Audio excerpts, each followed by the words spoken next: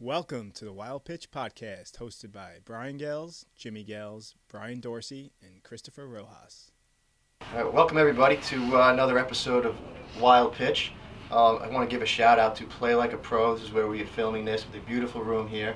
One thing about Play Like a Pro is, I think you guys can attest, their instructors have really improved over the years. They got some good young guys that teach us some more stuff that we always talked about, and the guys we've worked with in the past, and that go along with Pat Lennon and Alemo and of course Matt Giuliano. I think it's a great place to get instruction for baseball. So I want to give them a shout out, thank them for the use of this room.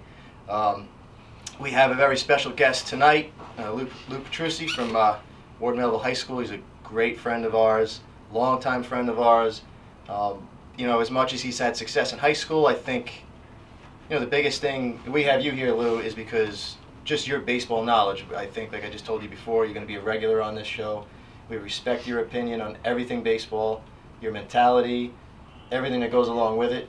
So we're just really thankful for you to come in, and we talked about maybe tapping into the mental game of what players that we like and you like kind of look like. It's an honor to be here, by the way. I'm going to check my account. If I owe you guys money or something. Somebody owes me money. I don't know what. This is a guy that turned a lacrosse town into a baseball. Yes. Well, I don't know if I didn't do it. I think the parents. It's still a lacrosse town, though. Oh, the right? parents It still did. is, but Still lacrosse town. Yeah. I mean, that was when you play in Ward Melville. It was batting average was going up. Yeah, back when we were kids, right? It was a stat padder. Yeah. Well, it still is. No, it's not. Still is if you watch us play defense. Well, That's it, Lou. You're getting a now, phone call now you're tomorrow. facing big leaguers, D1 guys. I don't know about big leaguers, but listen, the key to the Only big two. leaguers, you guys know this, you stay out of the way. As Chris Rojas told me, I run out of the way. You know what I mean? You put the good players on the left side of the lineup card, and the not so good ones on the right. And you hope the ones on the left stay long enough so the ones on the right figure out they're not that good. You know what Yeah. I'm saying? That's the trick. I don't know if the ones on the right ever figure it out, but hey, that's sports, right? Yeah, that's what makes it fun, right? Yes, absolutely. Right? The diatribe of baseball, the come back and forth, the explaining to kids what you need to do right, watching, having good role models on your team. That's what makes it fun. Yeah, and I think one thing that bothers me with you lately is that anytime someone talks to you, they bring up Matt, Kay, all those guys. Listen, what you did, we'll get into it down the road, but I didn't do anything. but again, enough with the humbleness. But what you do with every single player, and it's the reason we have you always coaching our top team and our team that's about to take that next step to college, because nobody can prepare them for being around a college coach and the intensity, right? I mean, this guy's a college coach and he's super intense, but you're right there. So a guy that goes from you is a natural progression right to him, and that's why we have you around all the time. That's great that you had great players, but and what you did for them, but it's you. It's fun working with guys that are professional baseball players, guys that understand how the game needs to be played and how the game needs to be taught. There's too many people out there that are running travel businesses instead of travel baseball. Mm-hmm. And I want to be a part of a travel baseball organization, not a travel business. Right. I don't want to sell cruises. I don't want to sell trips to Myrtle Beach. You know what I'm saying? I don't want to sell trips to the Dominican. Right. Not mention any names, so I'm not supposed to, so no names. No names. But I want to be in travel baseball. I want to see kids get better. Right. When I first started with the Long Island Tigers, that was fun. Mm-hmm. The teams were good, but it's changed in travel baseball. You guys can attest to this. When you guys played, there was 17, 18. So all the 17-year-olds played with 18-year-olds. Yeah. And they got better. And there was 15, 16. Now there's 14, 15, 16, 17. And now the kids aren't getting better, I think. And I'm upset about that because they're not getting challenged on a weekly basis. They're getting challenged in some tournaments, but they're not getting challenged. And the baseball is now getting so watered down. When you guys go scout players, Chris, you got to watch a kid 8, 9 times before you can realize if he's any good or not. You don't know who he's facing. That's hard for a college coach. Well, and then I think a lot of those guys are, you guys are really good at this with our organization, just knowing everybody's birthday and where they fit. Eligible to play, right? Right, so they're eligible to play down. So if you play on a powerhouse type team, that team's built to win, but you have guys playing against, 8th grader playing against a 7th grader. What did he do? Of course he's going to do well. Right. He's not challenging themselves, and it's hard enough to find a challenge in this area, especially with velocity. Like the first time I met Brian, he's playing on your team in a college game. Yeah. You had 9 guys, and Brian's playing. He's getting base hits. He's batting ninth. I don't know who made the lineup up. Hopefully it wasn't you. You know what I mean? That's a long conversation for the ride home. But Brian's getting hits, making plays in the outfield, throwing guys out to play at Massapequa High School. You played with us a couple times. Yeah, almost every day. That's how he got better. By mid-season, yeah. So that's interesting, Lou, because back in those days, I was playing with Paul Ciafrone, who was the youngest guy on our team and the most talented at the time, but his brother Peter, who went on to an unbelievable pro career, also jumped in those games, and he was 4 years younger than Brian. But the mentality of Brian, I couldn't wait to get in there, and he had good at-bats. He's not intimidated, which is probably why he did what he did. Yeah. Right? Yeah, So, well, I think how you get better at baseball if you don't challenge yourself, right? And if you just play 14U baseball when you're 15, because your birthday's May 2nd, by the way, I mean, how you going to get better at anything? All you're going to have is great stats and numbers, and they don't mean anything. right. Well, the one thing about that though, like you have to also, I think today's, day and age, you got to be careful because somebody hear that and they think, well, now I got to put my son to play up. It's more about how the leagues and the tournaments were put together in terms of age brackets, right? That's more what you're talking about. Because think about it, right? If it's 17 and 18, that's a junior and a senior. Yeah. Right? And if it's 15 and 16, and that's, maybe that's a freshman and a sophomore, It should be ability-based baseball, not age-based baseball. Well, let's say for It's your hard to do that team, when you run businesses. you're doing the True 32, Stephen Matt's team this year, and Yeah, that's exciting. We have a couple guys that are 17 that we feel, they can go down and play with you. Number one, they're going to be around you, and number two, they're going to be in the top events. So they're going to be, even though they will play that year down, they're playing good competition, and they're in an environment, which is what we're all about. That's what they need. Yeah, they need to be So challenged. it does go both ways. Yeah, certain kids, I mean, based on their maturity, should maybe play what's considered their age group. Right. But for the most part, you want to play on your graded level, especially at 15. Once you get to high school, you should be playing with freshmen, and because it goes a long way in the showcase circuit. Right. Coaches know. Yeah, it's just grades. it's a different environment now with how travel baseball is kind of put together and the grad years and such, and when coaches go out to recruit, they need to know, all right, well, who's, this summer when we go out, all right, who's a 2021, who's a 2022, and there's some of that's involved also. And then the other thing is just the tournament directors made it so that, like you said, there is there's a bit of a money thing there where they, now they get to make a little extra dough because they segmented the age groups, so. But the bottom line is that you shouldn't be playing down because your organization or you want to win. Right. No, that's the yeah. issue, and that's what happens. Right. That's a fair point. Yeah.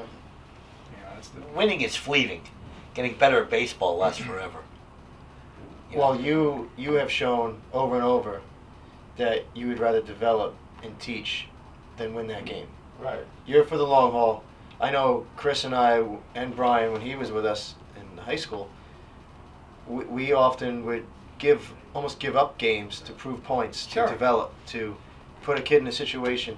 We talk about it to this day, making moves for the greater good of the team down the road, right? Oh, we did it our first year together. Yeah. Yes. In the biggest spot of the year. Yes. Yeah, but you have to. If you don't put kids in a position to fail, how you going to prepare them to put them in position for places to win? They can't see the difference, Right. right? I mean, how many times you have to make decisions, and there's no analytics in high school baseball. No. You know what I mean? There's nobody buzzing in your ear, on your chest, by the way. Can't say that anymore. No names, by the way. No names. Sorry, no names. No names. No buzzing. Can't do that.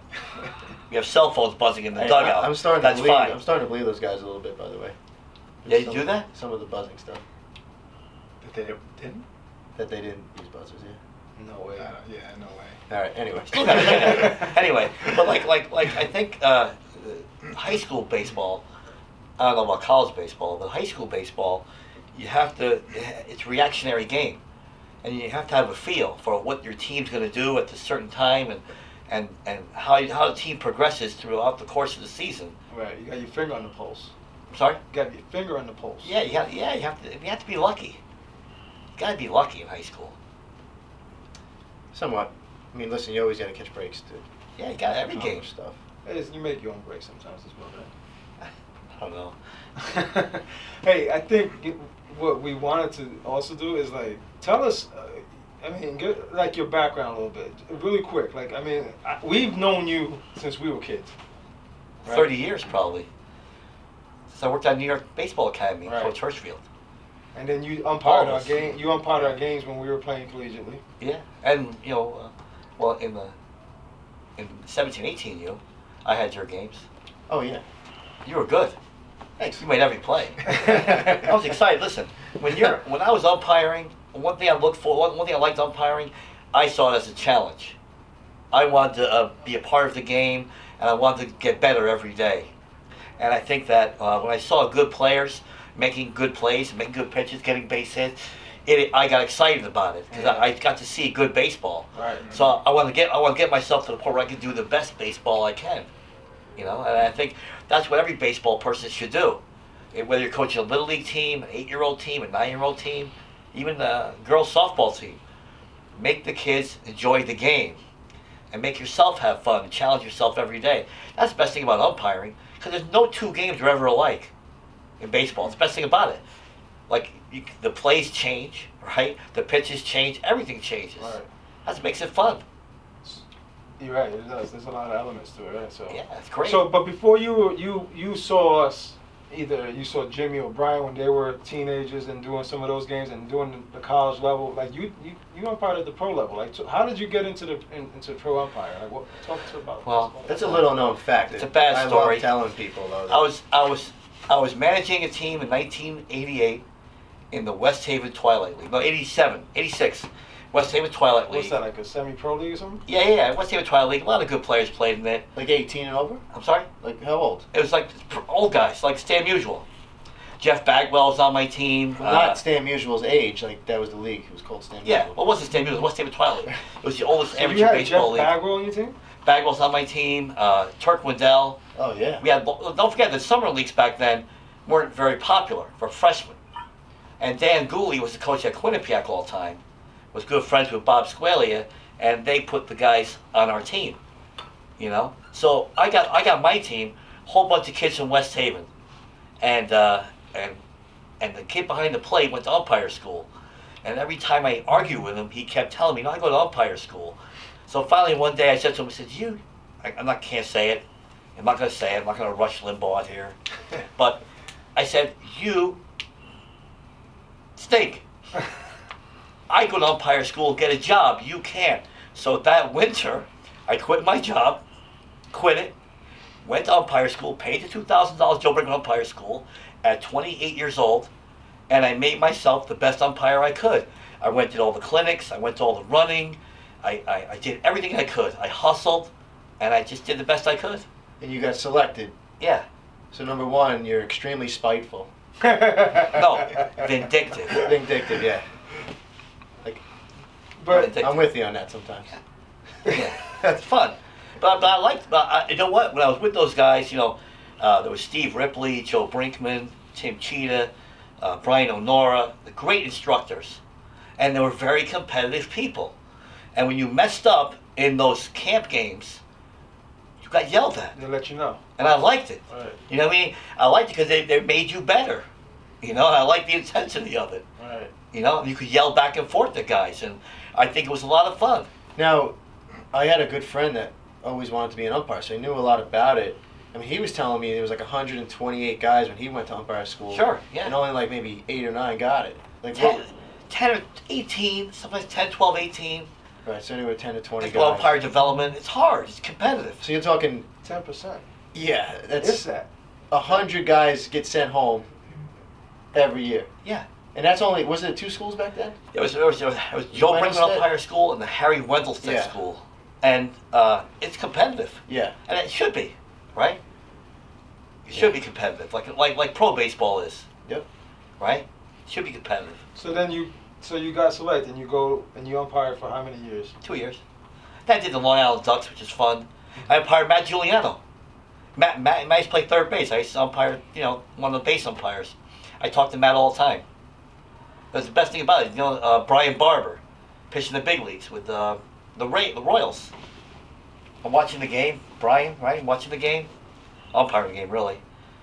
And I go to Matt Giuliano, hey, Matt, he hasn't looked at second base once with the runner on base. What's he doing? He goes, guy's not running. And I think because he didn't look, the runner didn't know where to go. You know what I mean? And maybe the situation was 2 outs, left-handed batter up. You know what I mean? There's a whole lot of thing going on, but I never saw Brian Barber check the runner at second base the whole 7 innings he was in the game. And I found that kind of interesting. So I remembered it, and I learned it. And this had to be 1999 or 2000. Matty was playing third base. I'll never forget it. And I thought it was a lot of fun. And I think that when you watch the game, you learn. I think I became a better coach when I learned how to be a better umpire. I mean that. Right. Because now I got to hear real coaches tell me what I was doing wrong. But then I would see the game from a whole different perspective. It's like when we had a game at Pitt one day, Pitt's playing St. John's. And I use my coaching theory now because it was a ground ball to short. Shortstop bobbles it once, twice, throws the second, safe, throws the first out. Coach can run it out. Louis, that's a double play. Yeah, it sure is, isn't it? You want to yell at me? He goes, yeah, I want to yell at you. Wait, first, let's go walk over, talk to the shortstop first, and find out why he bobbled it twice. Because I want to call a double play. So you yell at him first. Then you and I will have a conversation and find out why we don't have a double play on this. When I'm out of the inning, Right. I'm getting a drink of water and wait for the next inning to start. But now we're here arguing, talking about this because that kid bobbled the ball twice. So you yell at him first, and then come yell at me. Well, And then he goes, I want to yell at you first. And no. An order of operations. Talk to him first, then come talk to me. Find out why he bobbled it twice. You know what, Lou? Because I want to ask him. I'm with you on that. Because if I'm sitting in the dugout and the kid drops the ball twice, I'm not coming out. I'm not mad at the umpire. You know why? Right. Because you should have fielded it the first time and we would have banged out. We would have got out of 100% there. right. But so now I do the same thing. But see, I think guys misinterpret when I go out to argue with them. They think I'm arguing. They think it's personal. It's not personal. Like I know it's not personal. They come. When I got yelled at, it made me better. but it's also, I think, the guy with the wrong mentality. I mean, it's so entertaining when you go out to talk to these guys, and if they don't kind of get a good read on that, they might take it the wrong way. But I love when you're talking to the umpires. Well, I think I have fun with it. Well, because you know the give and take. You know what you can say and what you can't. But listen, in your experience, though, as an umpire, we talk about our experiences, how much playing for so long helped us, just because you were watching, right? Yes. You saw pro baseball every single day. Oh, it's fun. You were watching intently. Yeah. If I was on the bench and in the game, I'm watching intently. You watched college. I had to. So the high school game for you, whether you didn't have to play in the minor leagues yourself or the big leagues, the game is slow for you at that level. It was slow. I remember, I used to keep track of every game. So if I worked a game, St. John's at New York Tech, I wrote down the game. And I wrote notes about the game. What I thought I did right and what I thought I did wrong. And at the end of the year, I would go and look it over, And at the end of my career, when I stopped, I figured I was going to stop at 50 years old. You know why? I was afraid that the players would stop yelling at me. You see what I mean? Yeah. When the You players think they feel stop bad for yelling, you? think about that. When the players stop yelling, then it's over. They feel bad for you. Then it's over. Oh, I don't think they geez. stop, though. So I'll never forget. To go back to the West Haven Twilight League, there was a guy, I can't mention his name, so I'm not going to mention it. Why not? Hopefully he's not alive watching YouTube, but that's okay. No, you can mention names. No, not him. But me and Billy were in the dugout, and we're going, oh, he was doing our games since Little League. He still's terrible. We don't even argue anymore. And I remember that day, I said, I'm not going to get to myself, not get myself to that point. So I stopped. 50 years old, stopped, like dead cold turkey. Umpire Anonymous. That's what I went to. Well, I'm sure now that you're on this side of it, yelling at the umpires and No, I don't yell. I talk to them in a that's a stern bad word. voice. That's the problem with kids today, Jim. You can't, Think about this. if you talk to a kid with a stern voice, they think you're yelling at them. And I tell my players, I'm not yelling at you. I'm talking to you in a stern voice. When I yell at you, you'll know. But if I don't talk to you in a stern voice, I don't think my point's getting across because you might be staring at your phone or thinking about texting your girlfriend and finding out what you can have for dinner after the game is over. Do you know what I'm saying? I think a stern voice is getting misinterpreted as yelling. So I think sometimes coaching is speaking to a kid in a stern voice without yelling. Right. What do you think about that, Commander Rojas? No, I'm with you, man. I mean, I think When you speak in a stern voice, Well, I love listening to your post-game conversations. I think it's your cadence and how you deliver a message. There has to be a purpose behind it, right? So I tell these guys all the time. I'm processing things in my mind as it's coming out, but I'm figuring out how I want this message to get across to these guys so that it's impactful, right? And it can't be the same way all the time. You have to be able to adjust, the delivery so that and how are they receiving the information in that point in time, right? So. But as it relates to being stern, yeah, I think it grabs somebody's attention, right? So that's the initial goal there. You want to draw them in, so then as you're speaking, they're absorbing what it is that you're providing them. So, yeah, I think that it's unfortunate that people look at it as though you're yelling at them, but it's really about being able to get them to zone in to what it is you want to say. But it has to be, like you said. You can't be at a 10 all the time. No. You got to be at all the numbers. I did it today to one of our base runners. He was just going through the motion, but I used a voice I don't really use with him often.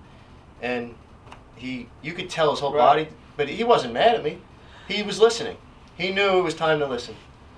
And that's good. Huge. See, you're a captain in a firehouse. Right. And you got to be a chief. You have to use different voices chief than you do as captain, right? Yeah, and it's hard, right? It's hard to, especially How do you gauge nowadays. that? When you're a chief, you can't talk to people like the way you talk to as captain, right? But if you're normally calm and you have a sense of humor, like you do, right? Wow. I can make a joke at a kid, and my team tells me, they go, we know there's a hidden message in every joke you tell us or every time you rip us and you're being funny, but we all know that there's some truth in there that we need to look at. There's intent. Yes, Right. and it is intent because Right. No, there's certainly he's trying to get a message across. yeah, and they know it, but they respect it. They're in on it. They're good. And if I get mad, then it's like, whoa. But as you're saying, there's a bit of an art to it, right? And I think our own experiences with some of the coaches we had, and think about how we learned. Well, Mm-hmm. you got 3 generations of Bob Hirschfield right here, right? Yeah. I'm sure when you played for Coach Hirschfield, it was much more mellow than when these guys played, wasn't it? What do you think? No, I think I was. You still had it. Yeah, you still had a good. It changed after though. If that was 5-10 years after, Yeah. he was different. But I would think he was pretty similar when I was there, compared to when these guys were there. He was intense In Hirsch's early days. in a good way. In Hirsch's early days in the 90s when Jimmy O'Connor, Billy O'Connor, Jimmy O'Connor Jim, yeah. was Big pitching with him. right-hander, yeah. There was some great baseball games at New York Tech in the fall. That was the heyday. In the fall, They there were was playing great 50 baseball games. 50 games in the fall. Yeah. Those great games. They played 30 games in the fall, but that's where you learned, And I think when New Haven would come down and play New York Tech played up in West Haven in the Fordham against Fordham. It was a bench clearing brawl in the fall. Those are fun games. You don't see that anymore. I think. Well, it's a whole different environment, right? So let's get to that. Like, talk about. So you coached that Twilight League, right? You Yeah. got Jeff Bagwell, tremendous. Who Hirschfield said was super intense. Oh yeah, crazy.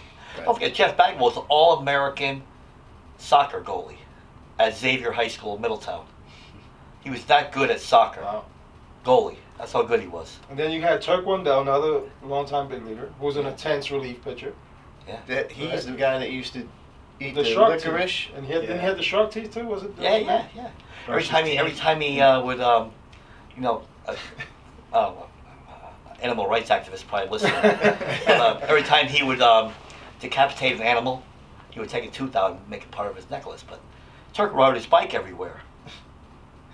He rode his bike everywhere. Right. And the great story is he lived in the up west corner of Massachusetts, and he talked to some guy, I think it was Chatham, play with John Schiffner, and he said, "Hey, can you get down here?" I said, "Yeah, sure." Now his parents had no money. They were This is in very the Cape poor. Cod League you're talking about. The Cape Cod League. Yeah. He rides his bike overnight from the up west corner of Massachusetts down to the Cape Cod League. That's And the guy insane. says, "Hey, Turk, you're here an hour early." "Yeah." "How'd you get here? Your parents here?" "No." "How'd you get here?" "I rode that bike." But that's a competitor. Yeah. Yeah. Exactly. But those are the guys I think we all learn from. You want those people, those Yeah, competitors makeup. Yeah, on your mental team. makeup. So you experience that. You go on. You watch the pro game for a couple of years, right? You see that type of mentality. You go and you do the Division I level for all those years. You see those elite level college players, right? And now you coach high school. So what's different in the mental makeup? And maybe you didn't have those personal relationships with some of those guys because you're doing the umpiring. But I'm sure something stands out in their makeup, right? As an athlete, what's the common denominator to today's successful athlete that you've had, and what's missing? I think the focus level. Because I was very lucky one day. I think one day I'm umpiring Notre Dame at UConn, and Jeff Samardzija on the hill. And he was, big football tight end, Yeah. the long hair, he was huge. And the UConn had another great pitcher, played in the big leagues too. I can't think of his name right now. I'm blanked out now. But it was a great game.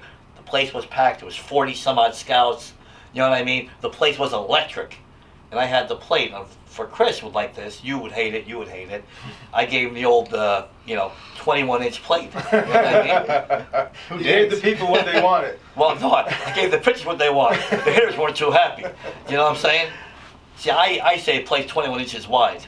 They each got another $500,000 in the draft because of you. Not because of me. They didn't need my help. So okay, you talk about that elite competitive environment. So again, what's you've had Matt, you've had Kay, you've had recently another young lefty go on to UConn.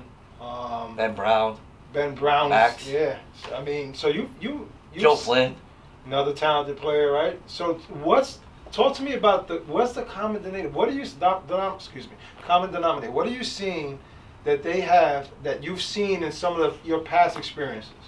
I would say all those players, AJ Nunziato included, they had a focus level that was unparalleled.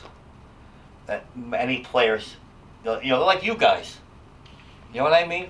I love the Chris Rojas story. Mm-hmm. With him, he has his arm in a boot actually, and he's out there hitting fungos by himself off a tee. He got one arm. Chris, I'll go out there and get the balls for you. Don't you touch one of those baseballs. I'll get them myself. And he would sprint and pick up every ball and do it. And I left him alone. I just watched it because I watched that competitive fire. I think each one of those players has that fire. I think if you're going to be successful in baseball or in life, you need to have that competitive edge. And how Steven Matz would if he thought he made an error, which he very rarely made one, he'd be out in the field in between games, and throw me the ball on the ground, make a pick. Right. AJ Nunziato would stay at practice till it got dark. Joe Flynn would hit till he would never leave. Anthony Kay would just stay and throw, and Ben would never leave. And Max. I remember Ben being a talented Max player. would always get to practice early, stay as late as he could. He wanted to throw every day. Right. How to put a leash on him. And so many great players at Ward Melville, not just those guys. They're they're most to be famous. fair, we don't want anybody to get offended. I know you've been around a lot of good players. So then, are we seeing less and less of that in today's kid? No, I think kids don't understand how valuable that is. So they have it. They See, just don't understand how like Steven Matz always wanted to be the best player on the field, but he didn't do it to show up his other teammates. You see, and his teammates understood why he was that good. See, kids today think if you stay after practice that you're sucking up to the coach. Right. No, you're not. You're putting your work in. You know what I mean? I think the kids today are too sensitive. I call it the social media scare. Think about it. If a kid reads on his social media page, blah blah blah is at a party, they didn't get invited to it, it becomes an issue, right? Right. Now, if you stay after practice, it's like you're kissing up to the coach, and they don't want to be one guy. Oh, look at that. He's only good because Coach Petrucci, Coach Lou is helping him out. Not helping him out. I want all the kids to stay till the end. I can't make them, but if all 25 kids said I want to stay at the end, I stay there till it got dark. I don't care. But I think kids are afraid that how they're going to be perceived. Right, yeah, and I don't know why they worry it's about a lot that. of superficial, I guess. And, you know. Yeah, because I remember A.J. Nunziato won the Yastrzemski Award in 2007, and Tony Nunziato had a party at the house, and he invited all the players over, and Stephen Matz was there, and Steve's up the trophy and goes, "This will be good when I get it." And he got it. You know what I mean? Right. I think that's the key. You know what I mean? The key is how can you pass along that passion? How can you make the next guy understand what kind of work ethic it takes? Yeah, I think in today's age, the kids, the parents, they think team practice, going to lessons, that's enough. Like they're putting their work in, but it's not even close. I almost view team practice as a waste. I did as a kid, because what was I getting? Right. A few fly balls, a few swings. But if I went to the park with my brother, it was 100 swings, it was 100 fly balls. So I was getting 10 times the work on my own than I was from that one practice. Yeah, I mean, but it's you did important everything. for other reasons, but Well, today's culture is used to everything structured. It's not that. That's a big challenge, I think. It has to be put together for them and scheduled, otherwise There's no free play. But think about it. Look at our society now. Look where we live. We live in Shangri-La here in Long Island, right? Everybody's got a car. How many kids ride their bikes to the park? How many parks are there that aren't taken up by condominium projects? This is a political statement. no. I get in trouble for that? No. So we got to be on the edge. Look, it's a wild pitch. Yeah, it's a wild pitch. Well, this is a fastball down the middle, buddy. But think about if you got all these kids have cars, and now think about this: kids are driving at 17 years old. They don't know where their glove is. They don't know where their bat is or where their hat is, and they're on their phone texting. You can let a 12-year-old kid ride his bike down the street playing a wiffle ball game? No. You let the 12-year-old kid take his bike, go have a catch with a neighbor down the road, because all the neighborhoods have been fragmented because the rich people have moved on, right? Got bigger houses, and the poor people don't have any more kids. You know what I mean? And it's a difficult part of society. I look at my own neighborhood. There's no sidewalks in Setauket. So how's a kid gonna get better at baseball if he doesn't have the lessons, right? It's hard. And you can't send your kid out to go play in the park. There's no parks. Nobody's there. Yeah, nobody's He'll there. be playing by himself. Right.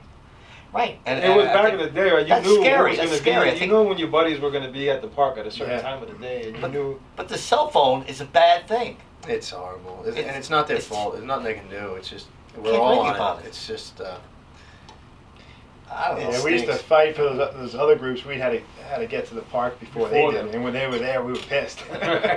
Yeah, but you wanted to play. Yeah. But back then, though, Brian, you could join the game. Hey, go take some fly balls. Hey, go step in, take some swings. hmm You were never tired of hitting. No. You know what I mean? But I think today's kids, they don't know how to organize things on their own. And it's very difficult to do that because, I don't know. I want to No, do they a have 20... some things going against them. Yeah, for sure. I want to do a 24-hour no cell phone challenge. I think myself, I would freak out too, but I think the kids would really freak out. No cell phones for 24 hours. Like, don't even have them. I want to put them in a box, lock them up, let the police hold on to them. well, we see the college kids and even like these independent players and some of the minor leaguers at the facilities we train at. We see them, and I said to our guys, I said it's almost just like a hangout now. Everybody's got shorts on with those cool tights going down. Everybody looks exactly the same, and everybody's just bull crapping. And then a guy gets on a mound, throws it as hard as he can, checks out his spin rate. then a kid will jump in like a cage, take 10 swings, and then it's like, they're just talking, texting. Like, what are we doing? There's no focus on like, give me 40 minutes in that cage by yourself and go at it. I told our college team that training should not be comfortable. If you're comfortable, you're not doing anything. I remember Ray Gianelli came back after he made he got to the big leagues. His first at bat was against Nolan Ryan. Yep. He walked and stole second base. We didn't get to talk about that, so he took about 150 swings, up at Syosset. Remember Hirschfeld locked the door at 5 o'clock? EBA, Eastern Yeah. Baseball Academy. Yeah. Yeah, the old hit to your hands bleed, that ain't happening anymore. Right. Well, they got nice batting gloves now. That is true. And they left them over there, I got a kid on my team, Jim. He left his glove. No names, obviously. No names. If you're listening, you know who it is. And if I find your glove again, I'm going to tape it up like Mike Shepard used to do at Seton Hall. I'm going to tape up the glove. I'm going to write Coach Petrucci on it with about 8 rolls of masking tape. So I hope you're listening. He left his glove, and he didn't know where it was for 2 weeks. And it was a glove that Stephen Matz donated to the program. And the kid needed a new glove, so I gave him a new glove. A pro preferred. He doesn't know where it is for 2 weeks. How much does the pro preferred go for now? Was pro preferred. My captain. You know who it is. So he didn't even know he was missing it, right?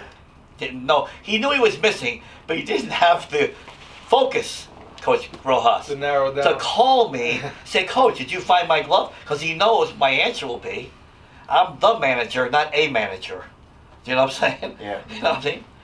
But Jim, you play with a lot of good players too. You came and saw Matt's pitch. What did you see as a professional baseball player, and then you turned scout? You were working for the Angels at the time? The Rockies just helping out. The Rocky. You weren't helping out. You I were was a scouting. small time guy.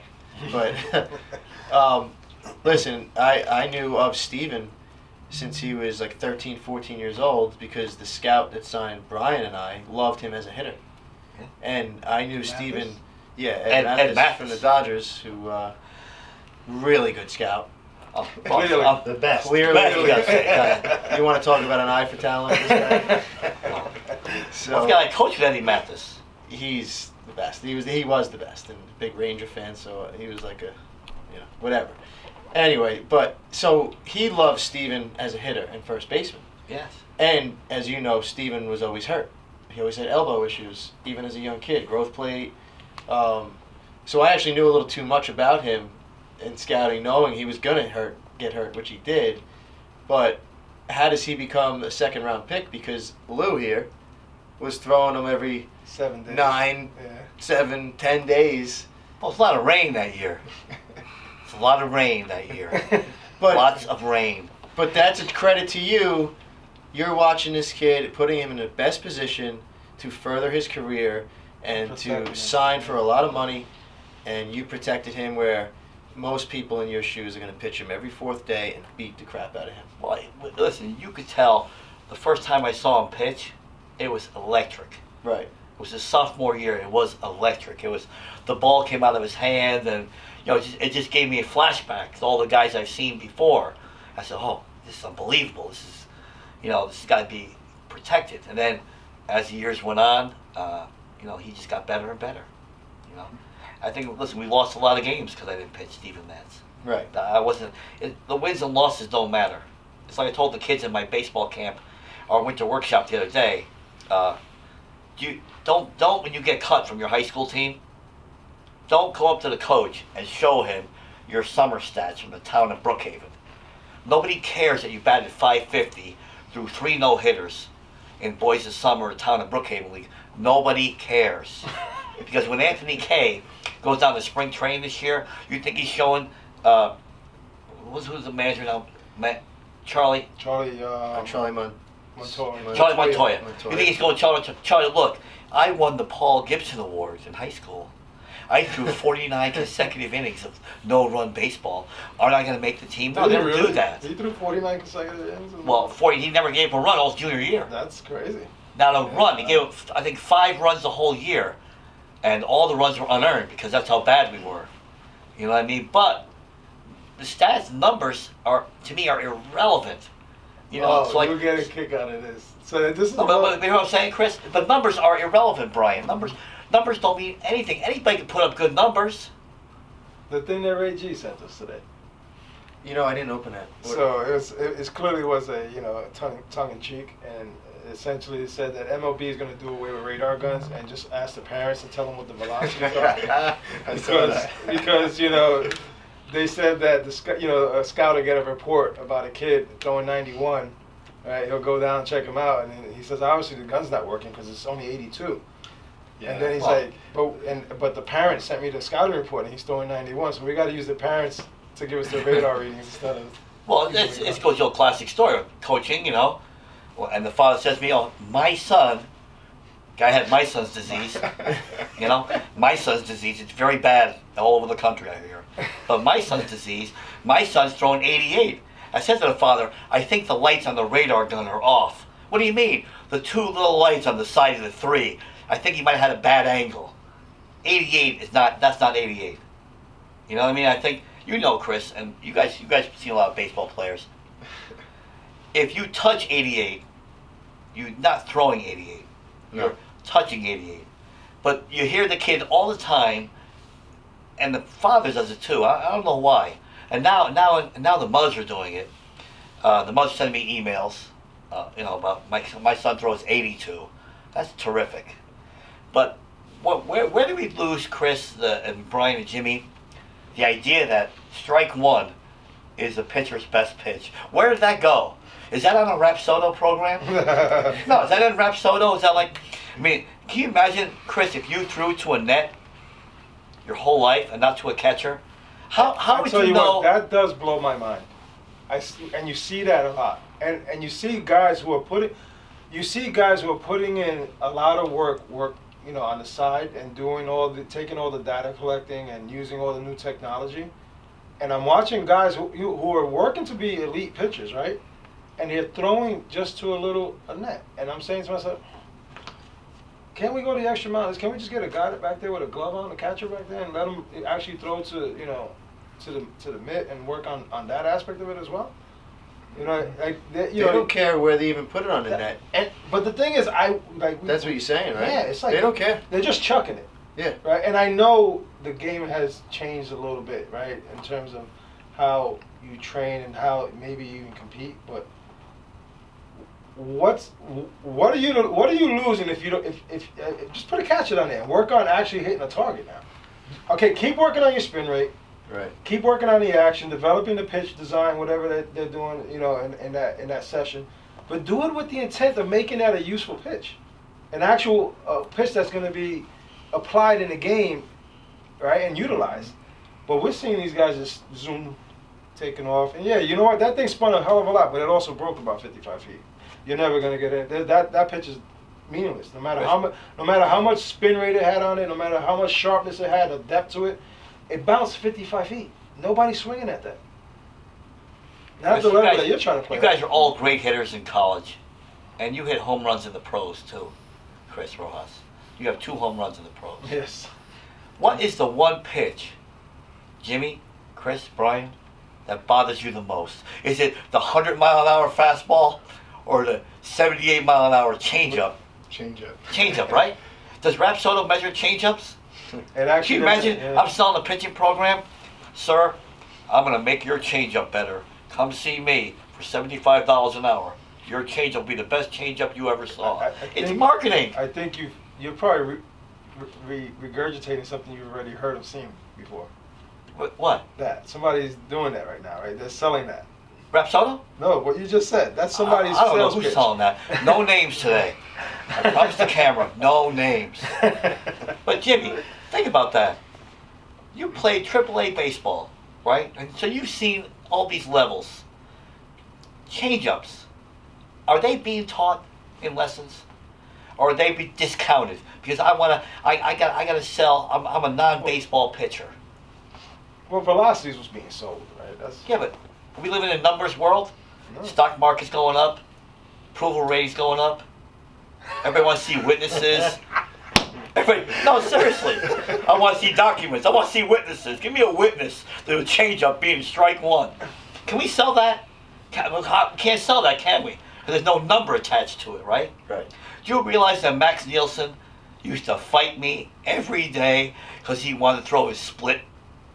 He had a split finger fastball at 13 years old. What are we doing? Max, what are you doing? He used to fight me every day on that. I'm sure Max is listening too. But I had he a had fight. a good first outing.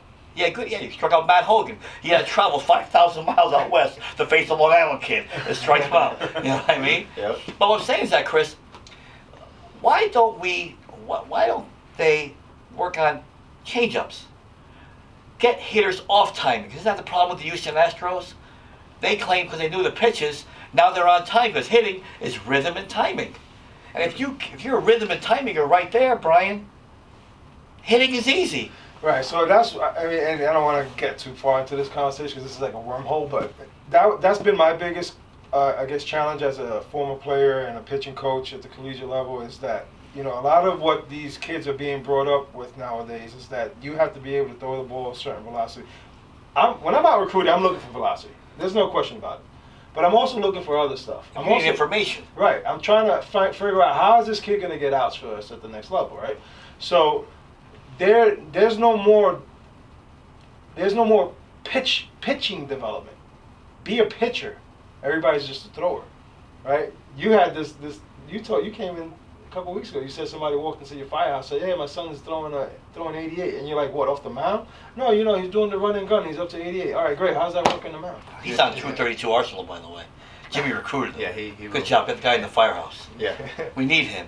But everybody comes at us with these numbers like, oh, they don't tell you what they did. They just give you the number, and then it's like, before you know it, they were throwing a wiffle ball into a wall, and it bounced back him in the forehead, Yeah. and the gun picked it up. That's So- the Yeah. environment right now, though. That's the environment. But now look, those tools are useful, and that's the thing. But people forget it. Yeah. Those are that's just what they are. They're tools. Mm-hmm. You know, the Rapsodo yeah, technology. it's not representative of the pitcher you are. No, the Rapsodo technology, the drive line protocols. Those are all useful. They're very useful. But now you got to take the developments from that, right? The gains that you get from those protocols, the pitch design component that you're able to attribute from the Rapsodo technology, and then now let's make you a pitcher in a competitive environment. And that's what you're saying. That doesn't happen anymore. Yeah. That's not. It's all a lesson gimmick thing, you know. And then you get out and between the white lines and the guy behind the plate that's calling balls and strikes. Now what? And a guy trying to hit Especially in the against amateur you? level. Like in the pro level now, I hope it doesn't happen. I hope they don't go to automated umpires.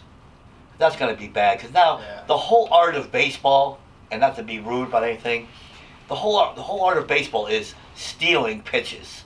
Never mind stealing signs. Right. Catchers are stealing pitches. And Yeah. guys getting their thumb underneath balls, and I'm saying if you take that away from the catcher, Those guys are talented, man. oh my God, those guys are the best. We saw it last year against us. Yes. The best catcher we saw last year made everything a strike, and it was infuriating. Killing us. What, South Dakota State? No, I don't want to say where. Oh, no names. You know what? names. We'll give Mike Gaffney No, a little shout out because you know it was his guy. it was our rival. But what I'm saying is that, but that's the art of the game of baseball. You know, think about this in baseball now. If you're a base umpire, you don't have to get the plays right anymore. You have to go to review. The whole thing is. Think about that. It's horrible. Now you're gonna have an automated strike zone. The game's gonna be 15 to 12. Yeah. Chris, I don't know if fans. Now we're talking about numbers again now, right? I don't know if fans appreciate a 1-0 baseball game with a guy throwing 82, 85 miles an hour with a great changeup and a breaking ball. You throw any count, any strike, any time. I find that fun to watch. It's just as much fun as watching Aroldis Chapman throw 103. Sure. You know what I mean? Well, you have That's an just as much fun. appreciation. You have an But I appreciation. think that we're not getting that good mix. That's what I like about Well, high school baseball. You have that mix. Having you here, this is something I think about all the time. You know, I listen to sports radio a good amount when I'm driving, and you know, you even think about the pass interference with New Orleans last year, right? Sure. The buzz that creates for that sport, and you have The guy on the radio has a job now. He's taking calls from passionate fans. You know, you might have a blown call in the World Series. That's part of sports. And I know even as a coach, when I'm rooting for my team to win, and we're playing on turf now, and my guy scorches an in-between hop at somebody, but it's not an in-between hop anymore, I missed that part of the game where that kid could have made an error, and I see a bad player, now they're getting the ball at his waist. Like, that's part of sports, and it's a good part of it. You're going to catch breaks, and you're going to not. So even with instant replay, that shouldn't be, let me study the tape. If your eyes saw it real, hey, you just blew that call, that should be Right. They said instant replay. They said they're speeding that up now, right? They're going Yeah. to 20 seconds now instead of 30 seconds. Just say, you're the smart guy? Right. Fine. Right. Then you're going to be wrong too. Right. And that's great. But they got somebody up in the booth analyzing, you know, And they give him time. on Yeah. slow mo, and you know he could put it to any frame, skip it to any frame he wants, call him back down to the dugout. Hey, challenge, you know. 50,000 people are waiting for a guy in the office. Like, oh, that guy's a great replay guy. No, he's watching it for a minute. Like, let's have it go. I like right that. Yeah, live. sure. Yeah. If you think he was wrong, It's right there. call it out right away. Yeah. When we want to challenge, like we got the challenge in the World Series last And year. we were right, and we still got hosed though. Yeah. But that was pretty cool. That's the worst. But it puts a little Right. pressure on you That's too, awesome. right? These They two still World get Series it. they had enough cameras. We got to throw Bats under the bus here. He and I was with him. There was a close call at first, and we're like, Bats, what do you got? And he was like, oh my God, we're gonna have to use a challenge here. And he's like, I don't know. So, but that's how it should be. If you're gonna, bust these guys' chops, because they're so good in the big leagues, they're so good. If it's egregious, get the call back. The game Let's is move so on. fast, though. Jim. It is amazing. They're awesome. How good they are. I The think game they're is so right. fast. The game is so fast. They don't miss too many calls. No. But Give me bad calls strikes. are awesome too, right? It causes Yeah. so much drama. It's entertainment at the end of the day, Mm-hmm. and they're gonna take everything away, I feel bad. right? Listen, dramas make life go round and round, buddy. Well, listen, Lou. I want to talk about one more thing before we stop, and we're gonna have to bring you on again because this will go on forever. What? That means I owe you money. You mentioned Turk Wendell drives his bike. How many hours to go to the game? He probably rode his bike about 12 hours. Jesus. Okay. In the middle of the night, by the way. And It wasn't like in the early morning hours. He got on his bike the minute that he hung up the phone. We can fairly say that a kid nowadays that'd No be shot. stupid to do that. He can't do it. Well, he's not. It's a different climate. Okay. He can't. Fair enough. Yeah, but think about that. No GPS. He got a map and he figured it out. Well, figuring it out is a great term because it's supposed to be about the mentality of the kid. But let's talk about Diamond Nation. How far is that in a car? 2.5. From where? 2? Maybe not just 2.5 hours. Yeah, that's fair. I like How about- Diamond Nation. Yeah, great. Listen, I know where you're going with this. we send our teams to Diamond Nation, and Chris and I went to recruit there this year, and I was like floored by. We had a blast. We're talking to all of our Counterparts. counterparts, Peers. peers, Colleagues. comrades. We had a great time. Opponents. Every school is there. Yeah. Every school. It's easy. So there's the stage. You ain't got to cross the Throgs Bridge. It is like asking a kid to come help me move to show up for the tournament that he paid for. Right? Yeah. We can't field a team in Diamond Nation. Well, 'Cause kids, that's too far. I think it's a two-pronged problem. One, they feel like they've paid enough money, so now they don't have to show up anymore. Right? Yeah. Think about it. I'm worth $50 million. If I give you $500, so what? I left a tip at Insignia. Can we get sponsored by Insignia, by the way? Anyway, that'd be nice. Sushi rolls, Just some baby. steaks. Yeah, they got nice fire. Anyway, but Jim, I'm saying, but you guys know, but I think because they think they've paid so much, right? They have a right to blow it off. You know, I paid for the right to be on this team. I come when I want to come. I had one parent tell me, "Are we gonna have enough guys?" Well, if you show up, we will. If you don't, if everybody had your mentality, we'd never play a game. Right. All right. Meanwhile, that in kid other words, was- I'll only come if there's going to be enough guys. Yeah. No. Or how about this one? I'll only come if we're gonna win. Well, wait a minute. Well, that's part of I this can't whole even guarantee process, that, too. Oh yeah. That's part of it. They don't want to God go forbid they get and risk embarrassed. that they're going to get embarrassed down there. Yeah.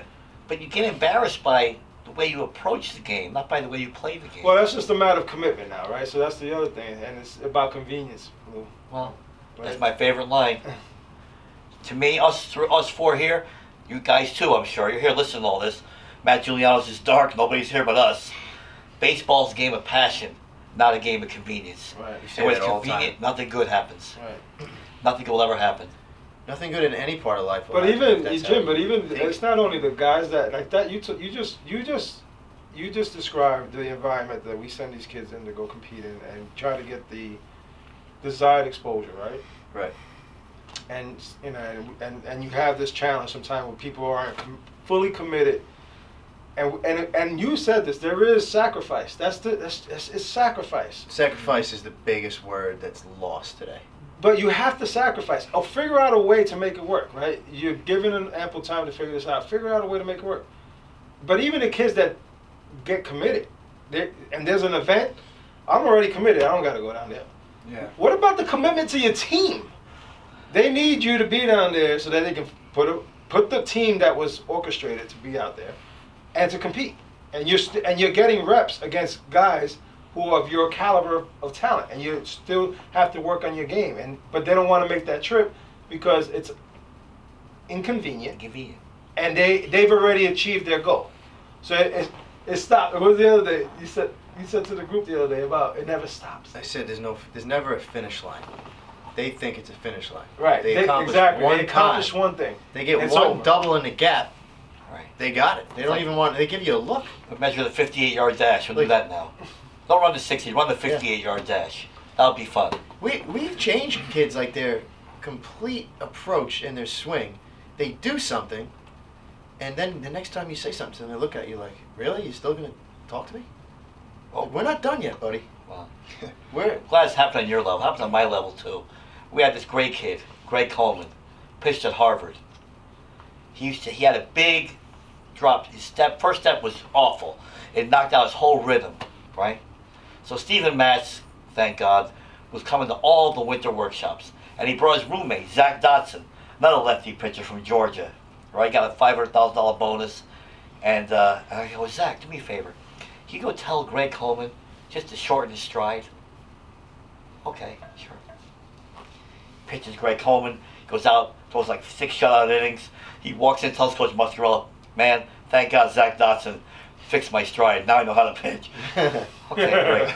Thank God. Right. You know what I mean? I think sometimes, as we know, the messenger is not as important as the message. You know what I mean? Sure. And when you give these kids messages, I think we need to start a baseball app, right? We need an app on their phone. I am not hitting well. What do I do? Oh, here it is. It's on my app. It's on their phone. yeah. And they it's the plug only it way in, to get you plug it to your heart, you buzz it, and they start hitting again. And it's your app. It's the Jim Gell's hitting app, or the Jim Gell's fielding app, the Chris Rojas pitching app, the Brian Gell's outfielding app. I'm serious. How do we connect with the kids, right? Their memory is short term. Yeah. One thing I want to Yeah. just say, get to what Chris said. Forget about it being inconvenient. Forget about being committed and to a school and also a commitment to your team. What about I play baseball because I love playing Right, and I will competitor. find a I'm a game. competitor, yeah. But no, I just love doing it. Yeah. Right? When I played baseball, I couldn't sleep the night before. I didn't have my grand plan was to go play somewhere, but I loved playing baseball.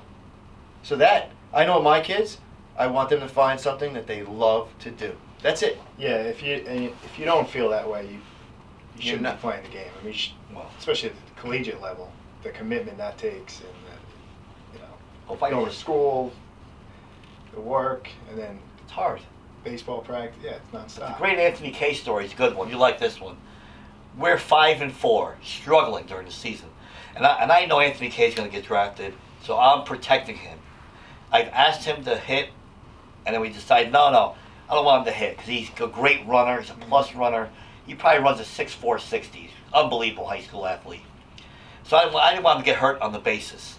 I didn't want him to pull a muscle, swinging the bat. We're 5-4. K texts assistant coach Ronnie Muscarella, says, tell coach to put me in. Okay, thanks. Another genius move by me. Anthony K batting second, pitching, a good idea. He batted .530. We won 15 of the next 16 games. He pitched in 7 of them. Competitor, right? Right. He saw the team struggling, and he never took batting practice all year. Never. Only time he swung the bat was in the game. Batted .520. That's competitor, right? How do you teach that? You don't. And now you wonder why he's in the big leagues.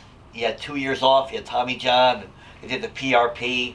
He gets traded, in the Marcus Stroman trade, and he goes to the big leagues, and he said he did very well. Well, how do you teach Coach that? Penders didn't. I forget. I could botch it a little bit, but he said basically it's the best kid he's ever had, as far as being a competitor and a winner. Oh, Anthony's the best. He said he's the #1 kid. That's the coach at UConn who's had multiple. The big pitcher's leaguers. name in the Samardzija game was Springer, Norton, by the Nick way. Ahmed. Norton. Charlie Nagy. So But Anthony he's a great teammate. he's got a lot of charisma too, right? He's a character. Oh, he's the best. Even when he came and spoke to our kids that one day, he was this Yeah. really cool kid. Like, It's he's fun. just. It's fun to be around. stuff you can't really teach. No, but those things, like getting drafted, is 1 in a million, right? Getting to the big leagues is 1 in a million. You see those stats, right? Think about it. There's 1 AA team, 1 AAA team, 5 single A teams. Where'd all those players go? They go home. Yeah. AAA, the guys in big leagues coming down to AAA, guys in AA are shooting past them. Some go AAA, but in single A, there's 5 teams. There's not 25 guys on a roster. I saw Ben's roster one day, 50 guys. We got the Phantom. 50 guys. You know what I'm saying? To make it to the big leagues is a miracle, but that player has to be special. And we're looking at kids, and you can't sell them But short. forget about that. Even the collegiate level. We had a conversation about recruiting. We got into this a little bit. You got D3, D2, D1, right? There's only but so many spots, and we have all these kids, high school players playing. You have to be talented. You have to be talented. So you have to bust your butt. You have to bust your tail if you want to get an opportunity. And I think everybody assumes that if you play on the travel team or if you play in this quote unquote proper right organization, that it's going to just happen. No, it doesn't just happen. You have to bust your tail. You have to be committed. You have to have desire, and you have to have talent. So It is a great time to be growing up if you have that insane passion, because not many people. I think less people have it than they used to. right. So you stand out No more. question. I think it's yeah. We have 40 guys on our team this year. We're still going to struggle to find 9 guys that are going at one time, right? And you see the mentality. Listen, Lou. Today I got 4 guys that I tell on my team they really have nothing to do for 25 minutes. I said, do me a favor, go in right field, you got the foul line and the warning track. Make it as legit as possible, throw each other like good firm fastballs, just chuck it in, and work on your bat angles for bunting. All 4 of you guys could really benefit from learning your bat angles and stealing hits when you're struggling mid-season. I go to coach third base, we're doing a drill. They may have bunted. Once. I don't know. But it was less than 5 minutes. They were playing pepper like they told me they wanted to do. And to me, that was a half hour they should have been bunting. The whole time. And all 4 of those guys are awful bunters, correct? They stink at bunting. And they all have plus speed. And all 4 of them want to play at the next level. And like Chris says, they really don't. They're not about that life. That's what he says. Right. It's not about the bunting, it's the They instruction want part. to play, But you don't really want to but play. you don't really want to play. You want to No, stay. they like the idea of playing. Right. It would like be the cool idea, for their yeah. social media if they Yeah, played. be good. And being I can able to Put on my bunt Twitter feed. can come in so handy. Yeah. Because now these guys, they are struggling. And I got my little sign, again with bunt. And they're so bad at it, now it's 0-1. So I put them in a hole. Meanwhile, the guys playing in left field, they didn't even have to put it down good. They're 1 for 1. No, now they're 0-1. And they're like, oh man, why did I even do that? Yeah. Right? Coach took the bat out of my Yeah. hands. That bat's over. I took the bat out of their hands. Yeah. Wow. Meanwhile, it was on a tee for them. Surprised they didn't blame Donald Trump for that one. We're talking No guys names. that have Sorry. professional speed, future professionals potentially playing Division II baseball. Can't get a bunt down. Now we know why. It's I never demoralizing asked- I to tell me. you, Anthony Kay was the best bunter I ever saw. Unbelievable. He's just super But talented he was too. like one game, not to make light of anything. He had 4 hits in a game. The ball never left the green part of the infield. He hit chopper, base hit, bunt hit, shortstop, hit a ground ball short, beat it out. Ground ball third, beat it out. Ground ball second, beat it out. And he bunted on the first baseline, beat it out. 4 for 4. Ball never left the infield. And there's a guy, I want to give him the bat, never mind the game ball. I mean, not the most chiseled body around, but just a freak athlete, right? Yeah. And that's why Brian, we're gonna bring in a strength coach in one of our next episodes and talk about how important just being athletic is. But that's his gene pool.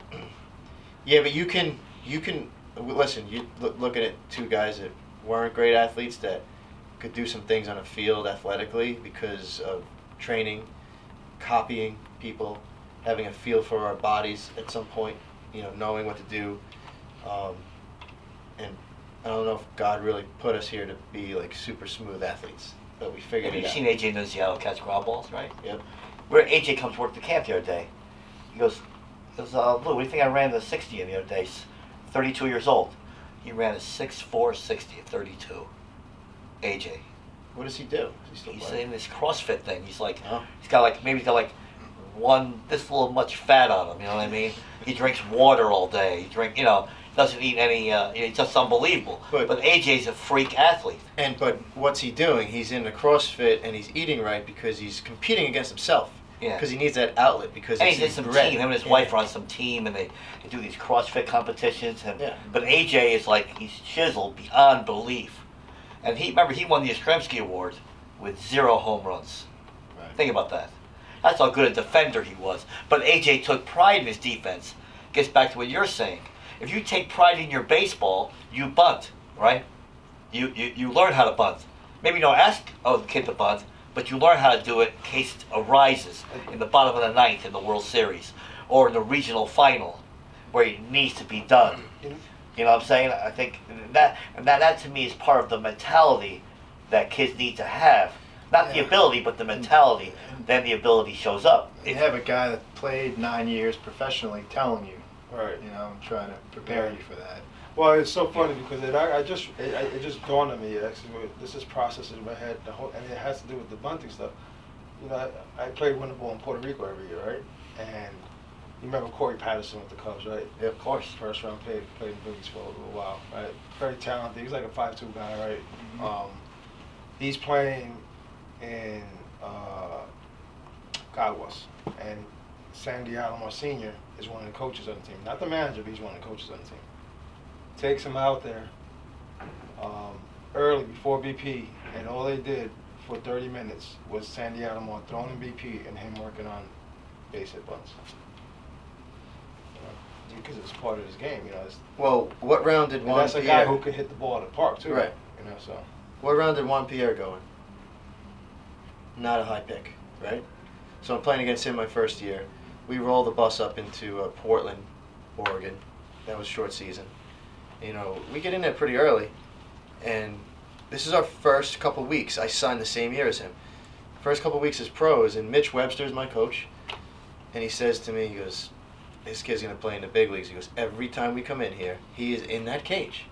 So now fast forward, that's 1998. Now I'm with the Marlins in 04, and I'm walking into spring training, and I was always early, 7:15, because I'm going to go hit in the cage before everybody. He's in there 6:30, bunting. He's in the major leagues. He's bunting the entire breakfast. So, what do we, Skill versus passion. It's right there for you. There's the blueprint, right? Yeah, it's not rocket science, but listen, I think we covered enough to maybe inspire some kids to work a little harder and sacrifice. What me and Brian, right? I don't know. We were maybe 19 and you're 15. We go on a family trip to Florida. We're going to Disney with the whole family. What do you think we did? We went to Kissimmee. We broke into the Astros facility every day and we hit. Like, yeah, listen, we'll meet you guys at the park. Or you going to the pool, we're going to hit. Like, we weren't missing our hitting. It's a great complex, by the way. Yeah, well, it wasn't as nice back then. But I think we got kicked out the one day and then we had to go to Town Park. Yeah. But the bottom line is we took the rent-a-car, we went and hit. We had to hit. But we kind of loved it. Yeah, but you liked it though. We loved it. See the difference? You like doing that. It's part of your life. Yeah. I think kids today, they like playing baseball. They don't love it. You know what I mean? Yeah. They love playing poker with their friends, losing money to each other, going on their phones, making Twitter feeds, and going to showcases. That's another topic, so over here. I think they also have to be introduced to what hard work is, and I think that's one of the missing elements that people are not instilling. They're not providing them with enough push to, and I'm not saying push in a I'm talking about just, hey, if you want to do this, this is what it takes. Here, go do it. There's not enough support in that regard to go really work hard. Go work hard for something, because everything's supposed to come easy. Yeah, and that's important to teach them, because that's gonna go outside of baseball. I didn't start working hard until I was 19 years old, because I just didn't know to work hard. You got potential, Chris. Right. That was my light bulb moment. Yeah, but so, like, I happened to just have it forever. Like, I started out like a hard worker. His bulb went on 7th grade, whatever. We talked about it, episode 1. Yeah. Yours goes on in 19. So there is hope. Why, though? There's hope. Exactly. Yeah. That's what I'm saying. So I feel like that message needs to be kind of put out there more. We need to talk to kids about that. But Chris, Brian, and Jimmy, you guys didn't play baseball because you're going to be professional players. You liked it because it's fun. Well, I was driven to. You're doing this now. We're doing this now. We're all here now, right? But I love the process of trying to make it to the big leagues. Loved it. Yeah. I'm saying the game is fun. I love baseball. Period. Yeah, the game is fun. I love everything about it. Right. So and everything that it requires to be a part of the game, I love. I think that's what we have to instill in kids. Yeah, but this is the greatest game on earth. Yeah. It really is. Because no two games are ever alike. It really isn't. And think about this. The success of the independent leagues is not because the guys are ex-pros. It's because the game of baseball is fun to watch. And if you put a good venue in there, we could put little leaguers in there. And if it's the right venue and the right marketing tools and the right hot dogs and sausages and people are spilling beer on each other, people will go watch. The Long Island Ducks is successful because it's a great venue. You drive in there, you park, you go to the game, it's $6. Everybody's happy. They have a few pro players. Guys hit some home runs. Guys throw 88, 92. Yeah, it's got the sights, the sounds, the feel of baseball. Right. And I want to go to Yankee Stadium. I want to go to Citi Field.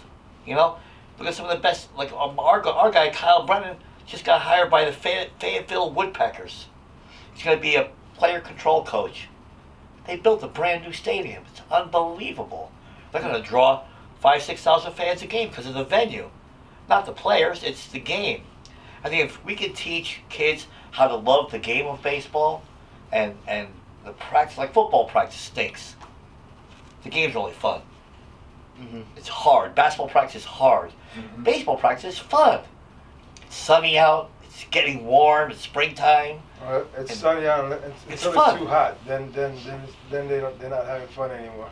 Yeah. Then they need a shade break. How did that come about with Kyle? Because he was coaching with you this year. Yeah. I think it's important for kids to learn there's other avenues besides playing, coaching. Well, Kyle, the great story about Kyle is he's a physical fitness freak, just like AJ. He was going to go to PA school. Then he starts to love coaching. But he has a passion for the game. His friend in Buffalo was elevated to Double-A. And he says, "Hey, put your resume in. Apply for this job." Kyle applies. He talks to the assistant GM. They hire him. But Kyle's a mountain of a man. Yeah. He's 6'4". Again, 6'4", 210.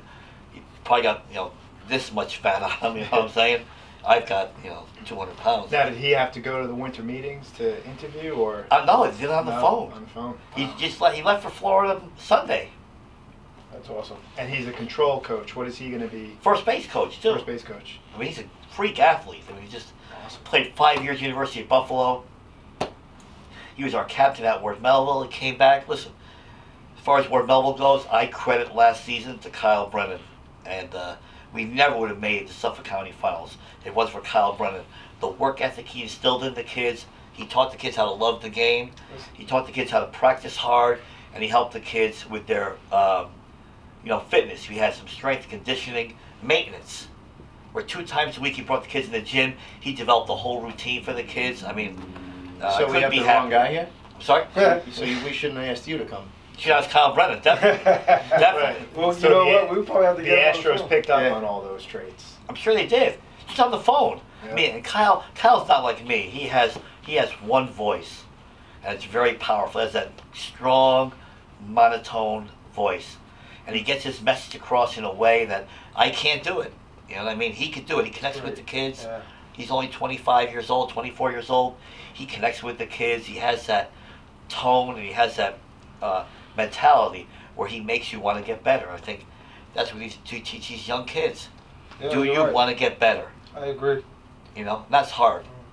It's, and look, consistent message and a little nudge and provide them with the information like we're doing now in just this little forum here. I think we can do that. Yeah, Lou, thank you so much. Come on, thank you As guys. always. Yeah, We'll have you on appreciate again. We talk baseball February 18th. It's exciting. Yep. I love talking baseball. We talk baseball all year. Yeah. So 'Cause when we it's run out fun. of topics, we'll just bring you in. Oh, I don't know what kind of topics we're gonna have next. But I'm looking forward to New York Tech. Yeah. We're let's gonna play with New Haven. see. Yep. Got a lot of fun games. Yeah. Is it gonna be on TV? ESPN. What we There'll got? be a camera feed at the Ripken Experience down there, right? It's a pretty good feed too. So we'll see. You got turf field. It'll be all right. Yeah, it's gonna be cold and wet. But whatever. Northeast baseball, right? Yeah, nothing we haven't done before. Exactly. And you'll do it again too, Yeah. because you love it. Yes. Anyway, you guys have full-time jobs, and you're coaching. That's amazing to me. I Yeah. don't know how you do that. Yeah. I don't know how you do it. Figure it out. Well, that's passion, right? That's why it's successful.